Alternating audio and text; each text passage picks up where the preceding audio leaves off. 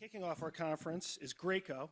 Based in Minneapolis, Minnesota, Graco supplies technology and expertise for the management of fluids and coatings in both industrial and commercial applications. It designs, manufactures, and markets systems and equipment to move, measure, control, dispense, and spray fluid and powdered materials. It serves customers around the world in the manufacturing, processing, construction, and maintenance industries. In addition to its Minneapolis headquarters, Graco has regional headquarters in Belgium and China, with production and distribution centers located worldwide. Graco has 169.5 million shares outstanding. The stock's at 86 for a 14.6 billion market cap, 650 million of net cash, and a 14.2 billion total enterprise value. Joining us from Graco are David Lowe, CFO and Treasurer, and John Bauer, Director of IR, Finance, and FP&A. So before we get right into questions, I know that David would like to get up and just say a few words framing the business for those who are maybe a little less familiar with Graco.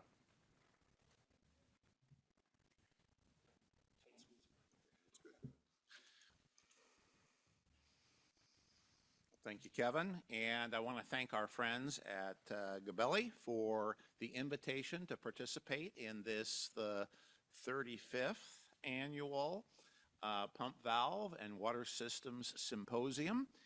It's been our pleasure to participate in this program over the years on several occasions, and it's one of our favorites.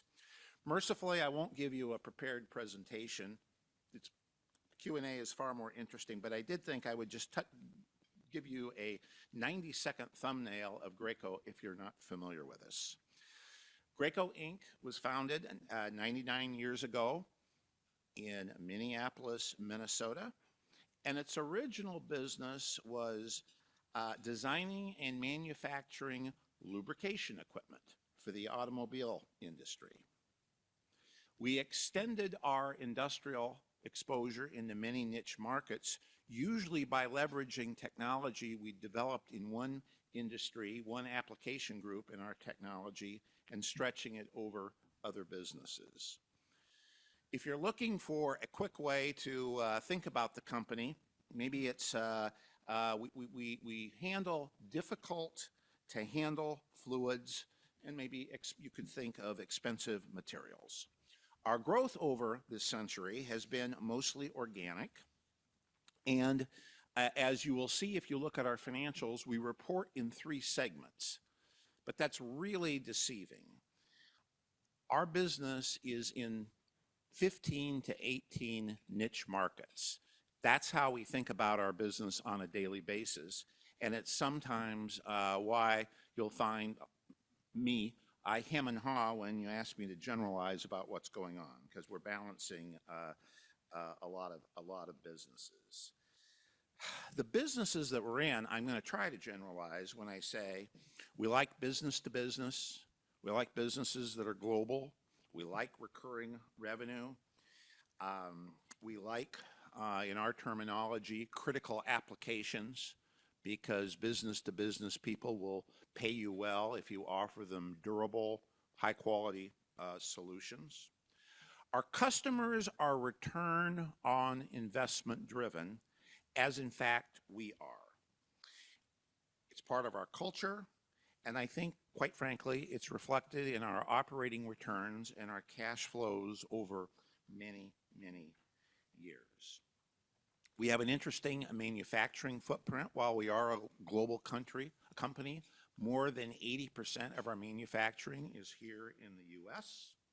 Last year, we did just a little bit over $2 billion in revenue, and we've been public since 1969.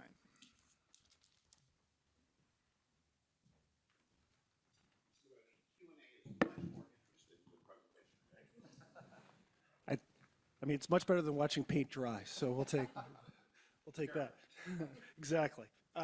So thanks you for that, and welcome again. And I add, we do want this to be interactive, so if anyone has a question, raise your hand. We're happy to get a mic to you.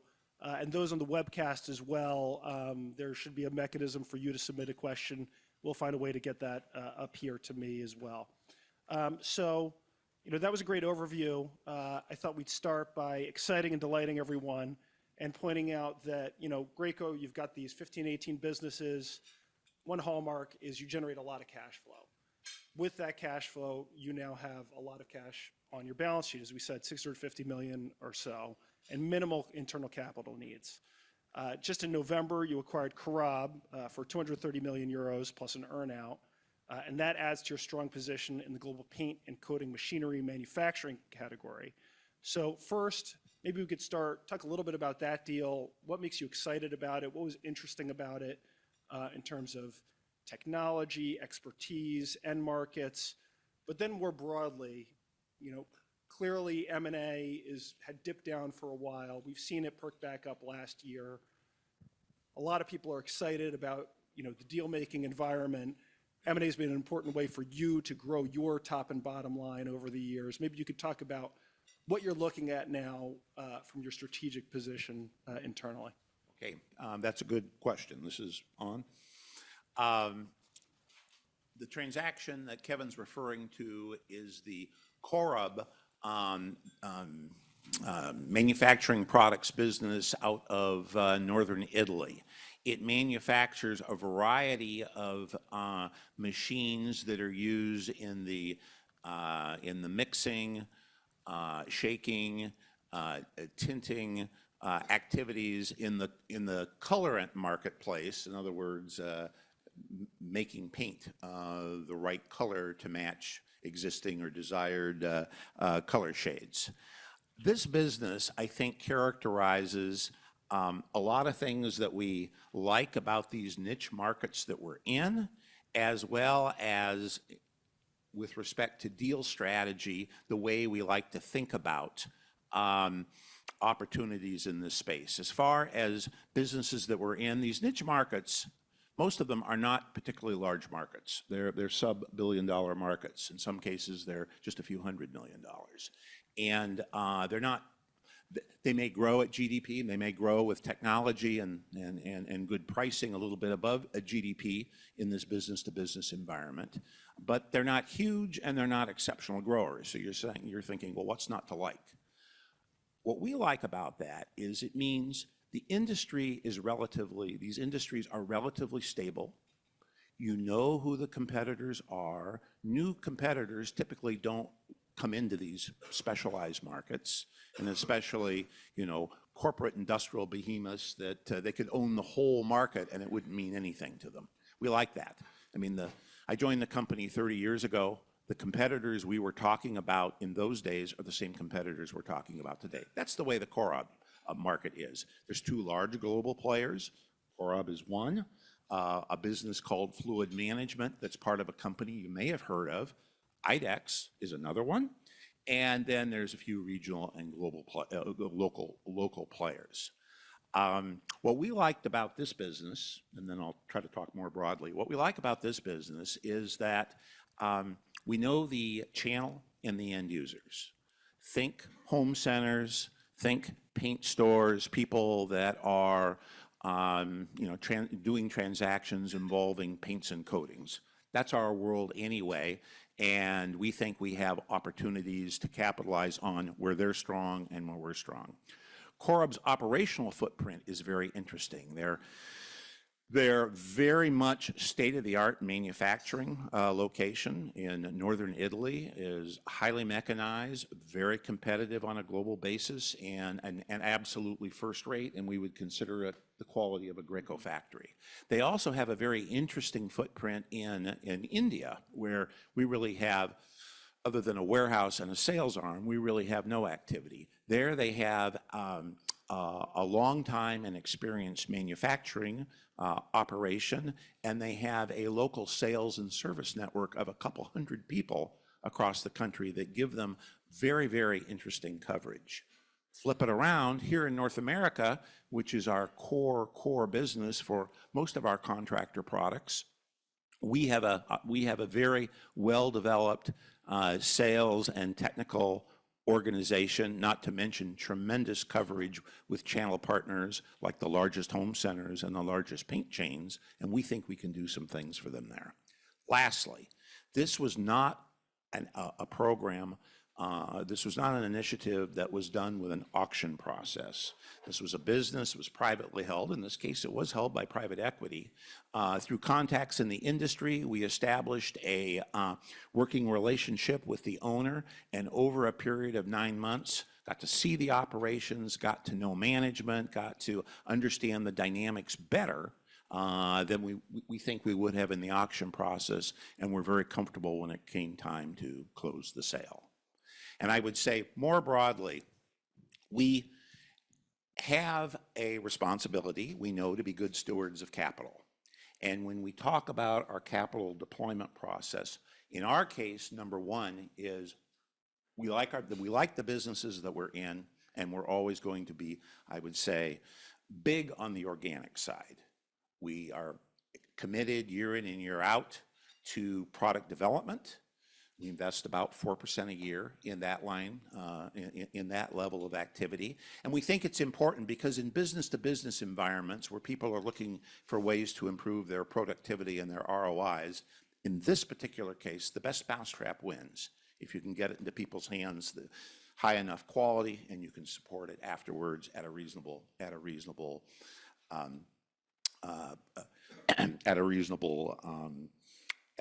price. And after that, our factories, we really believe in state-of-the-art manufacturing facilities. When you visit one of our factories, we have 4 in the greater Minneapolis area, not exactly the place you would think of as a major hub of manufacturing. They're state-of-the-art, machine tools, robotics. How have we stayed competitive by competing or by manufacturing in the United States? Lots of automation, lots and lots and lots of tools that are surprising in a business that is relatively low volume compared to consumer products businesses. And you say, well, how do you get away with that? We get away with that because we source all of our global demand out of dedicated factories in one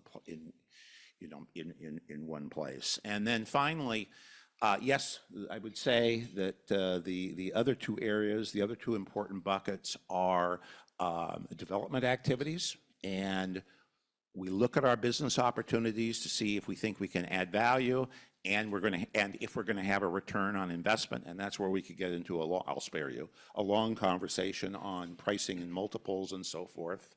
By the way, the Corub deal, which I said kind of fits within our special sphere, that was not as cheap as I'd like it to be, but it was between 11 and 12x. So we're not, try to avoid those deals in the, elevated levels that we've seen in some markets over the last few years. And then shareholder return and returning money to shareholders. I don't think of Graco as a classic cyclical company, but because of the industries that we serve, construction markets, automotive, semiconductor, farm, et cetera, you do, Wall Street does. And so what that means is, as a cyclical, this is your world, this isn't my world, but as a cyclical, once every 3 or 4 years, we go on sale, right? 30, 35% down. And I know this because I've seen it over my time frame with the company. And then when that happens, we like to be in a position to move quickly and move aggressively. And I think if you look at the long swath of our history, we track our purchases over the last 20 years. We've brought in a little bit more than $2 billion worth of stock. Our return on investment on that is about 15.5%. And if you look at when we bought, maybe we could have been more aggressive in 08, 09, but we were in the market in 15 when it was quite soft for industrial companies. Some people have forgotten that. We were buying aggressively when COVID hit, and even a couple of years ago in 2022 when our stock was down nearly 30%, we were in the market. We always like to have the financial flexibility to do all of those things when the time is right. The drivers on number 2, development, and number 3, buying stock, does depend on what the price of the merchandise is. Love to hear that. We'll get to your question in just a moment. Maybe somebody could give him a mic. But I could follow up with probably 15 questions from what you just said, but maybe I'll just start with, you did a resegmentation that you just announced at the end of the year that's going to be coming, this coming year, and how you report. I'm curious, how much of that is internal versus external? In other words, have you actually reorganized the way these businesses are managed, operated, run? Is this part of cost reduction? And obviously, one of the new divisions, or the new division, is called Expansion Markets, which is obviously pretty positive and highlighting both the growth potential in those markets, as well as it sounds like that's where a lot of your M&A opportunities are going to be. Could you just kind of discuss that reorganization and new segment reporting? Yeah, so I'll start, and I'm sure David might jump in and fill in some details as well. But the principal driver behind the restructuring, which we announced last Q4, and it's in place today, is principally around growth. David mentioned in his opening remarks, and again in his follow-up commentary around organic, we very much are heavily reliant on organic, and over the last 20 years, organic growth has been about 6.5% compounded over the last 20 years. And when you look at these niche businesses, David mentioned we report in 3 segments, but we operate in sort of 18 or so niche markets. And I would say historically, we still reported in 3 segments, but we also had what I would call lots of little businesses within, underneath those segments that really were also driving investment decisions, driving new product strategy, and also a lot of new products that were going into these markets. But when you look across those verticals, the same core markets and customers really traverse a lot of them. It's going to be contractor, it's going to be industrial customers, large OEMs.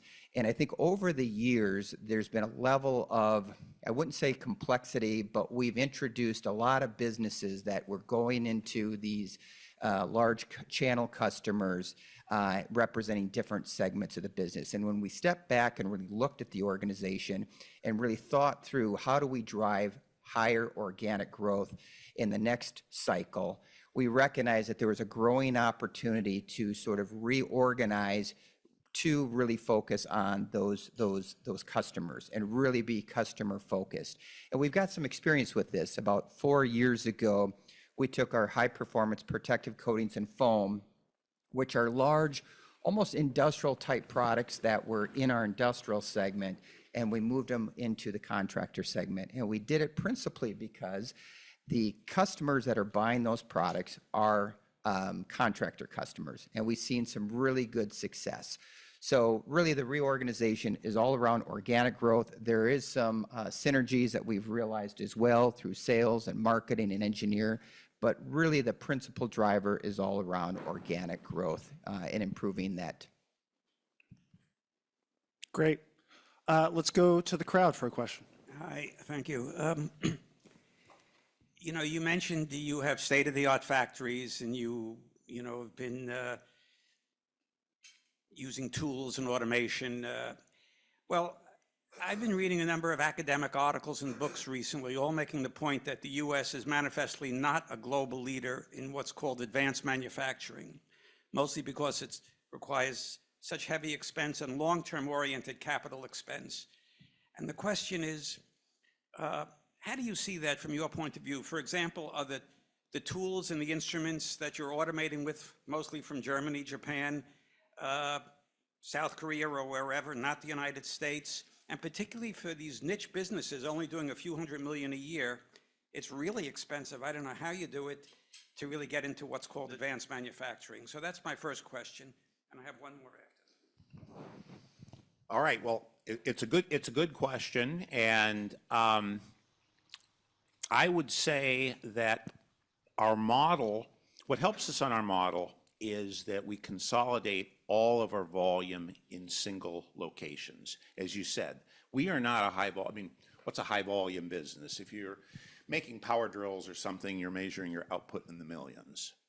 In our contractor business, which would be a high volume business for us, we measure our output in the tens of thousands of units a year. In our industrial business, that's where I spent about 25 years, we measure our output of high volume units a few hundred a year. And so you look at this and you're thinking, well, gee, that's not a lot. But first thing you can see, it builds the case for, well, for goodness sakes, do it in one place. And while the volumes are not high for individual SKUs, we share lots and lots and lots of common platforms, technologies, and parts. And so we may have individual parts that go into dozens of different pumps, dozens of different spray guns and such, and we are able to build it on a cost-effective basis. Maybe we are lucky in the particular choice of the competitors that we have in our marketplaces. I talk about these niche markets. There are a few $100 million in revenue normally. I mean, a big one for us might be maybe the pro paint side of the contractor business. Sorry for the jargon. Maybe that's $1 billion worldwide. That would be a big guy, big guy for us. So in those spaces, there's companies that we compete with, including some public companies you're familiar with. We compete with IDEX in 2 or 3 places, great company. We compete with Nordson in a couple, 3 places, great company, Dover and IR and such. But we really aren't competing with global behemoths. By that I mean, we're not in these $5 and $10 and $20 billion markets, and we don't find ourselves competing with Siemens or Emerson Electric or Honeywell or Rolls-Royce or, people that could, overwhelm us. We're competing with a handful of, I'll call it sophisticated corporate players that are competent competitors, and they compete in the right way, and they want to make money as we do. And so far, it's been a recipe for success. And just to put a number on that, 8% of cost of goods sold is labor. So the labor component is quite small, and then you're really talking about the raw inputs, which, there's global markets that we're buying those off of, so. Okay, that is very much appreciated. My second question, a totally unrelated topic. Given your great cash flow characteristics, what are the advantages, if any, today of being public? That's a hard one. Do you want to do it? Pros and cons. There's pros and cons. Obviously, from the company side as opposed to your side, we'll call it the quarterly reporting drill is it's an ongoing drumbeat. The annual reporting requirements, the filing of the 10Ks and all that, I mean, it's an expensive process. And how smaller companies do it, smaller companies than Graco, I have no idea. What I would say, as I think about your question, we do strive to take at least take advantages of some aspects of being a public company. Employees around the world, except in places where it gets complicated by taxes and local, local law, but most of our employees are here in the U.S., so these things work. We have a couple, 3, what I would call participation programs with our employees that they can take advantage of the financial success of the company over many years. Like a lot of companies, there's no great secret here. We have an employee stock purchase plan where you can buy in at a discount every year, and once a year you get shares at an attractive price that, as an employee, you can retain, and we hope that most of them do, or you can sell right away as a way of participating in the organization and making people owners and having skin in the game is part of it. We also have, I would say maybe a little more unusually, a rather generous all-employee stock grant program, where typically it's on a 3-year drum beat, we grant stock options to all of our employees, as I said, except in places where it doesn't work or it's too clunky, but think the US, it works well here. And those stock options vest over time. And it's another way, with leverage, of giving employees some additional skin in the game. And when we look, the heart of our business are our factories. We're an operating company. We're not a portfolio company. We probably aren't a classic industrial marketing company either. The heart of our business is our factories. And in our factories, if you visit them, you will see they're warm in the winter and they're cool in the summer. And there aren't a lot of sharp objects and there aren't pools of water lying around. And it's not dusty and it's not noisy. And when you go and start talking to our employees in the factory, you'll find us, not just machinists, but assemblers and packers that have worked there for 20, 30, and 40 years. And you go, how's that? We pay a competitive wage, we have a suite of benefits, and we offer them a way of sharing in our success with these kinds of programs. And I would argue it's that stability and the buy-in that the employees have for us that has contributed very substantially to our success over a long period of time. They can raise families in a metropolitan area. They can save money for college and for cabins. And we do all of this, and I hope not to offend anybody on the East Coast. Never. This is a non-union operation, and we're in Minnesota, for God's sakes. So I think it says something about the way we try to make our relationship and our employees, we have a shared set of objectives and interests, and in some small way, being a public company helps us. Maybe I could just follow up to that first question about manufacturing. Obviously, bit of an advantage having all your manufacturing or most of it in Minnesota.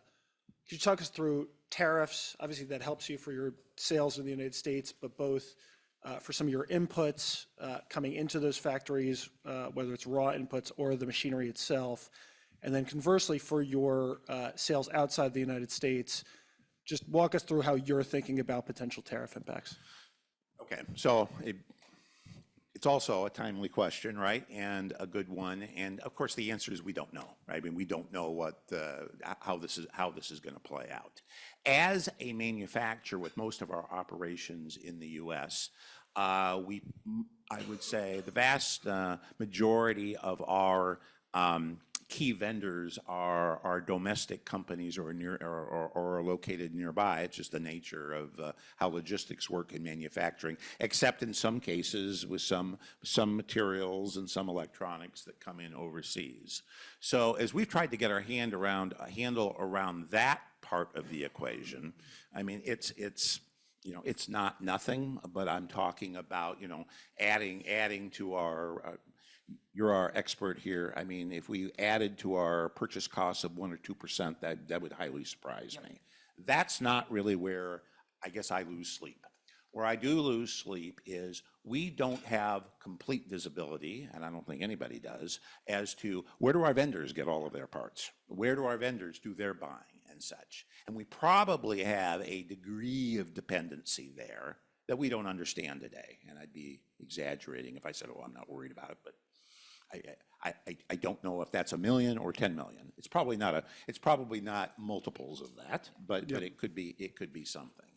But then lastly, the real question, and this is the Harvard Club, and I didn't go to Harvard, but the complications, the risks, and maybe the opportunities of changing the relationship that global trade has been based on and has been developing during the whole post-war period. We don't know. It could represent an opportunity in terms of when the countries look at these really niche products that are used to help make their countries and their markets more productive and meet the needs that you folks were talking about at the beginning of the presentation today. Need for infrastructure, need for more housing, need for more water, need for more things. Maybe we get a pass, but there's no guarantee that we will, and we'll have to see. Yeah. We're coming close to time, so I'm going to sneak in a couple final questions. So first of all, a lot of positives in the business, but there were some negatives. You called out your semiconductor business and China as headwinds in 2024. How do you see those businesses turning around to seeing your positive outlook into 25? And then I'm also just curious from your perch, what's your view of the home building industry, both new construction and repair and remodel? Yeah, so I see we're at time, but I would say if you look at our results in 2024 on the industrial side, it's really a story of both China and semiconductors. And I would say certainly a very strong negative impact on both. But if you were to just kind of look at the underlying order activity throughout the year, I would say there was a steadiness to both, where as we exited the end of the year, I would say it appears that there's been some stabilizing kind of at these lower levels. And so as we come into 2025, hopefully we're reaching a point where the headwinds are behind us and perhaps we can start improving off of a lower base. And as far as housing goes, I mean, Northeast people know about the affordability crisis, and we keep our eye on interest rates. And I'd say those are the broad negatives, and that's probably going to resolve, but not this quarter, not this year. On the other hand, the factoids we take some comfort in is age. The median age of U.S. housing is now 42 years. That represents a big opportunity. 20 years ago, back in 2000, it was 28 years. So as housing ages, it needs to be either remodeled or rebuilt. And we think that represents an opportunity. And at some point, some of those homes owned by 60% of the homeowners who have mortgages at 4% or less are going to have to make a move. And when more existing homes come to market, that's very good for us in the remodel and repaint sector, because people spend most money on their homes just before they sell it or just after they move in. Great. David and John, thank you. Thank you to Graco. Let's give them a hand.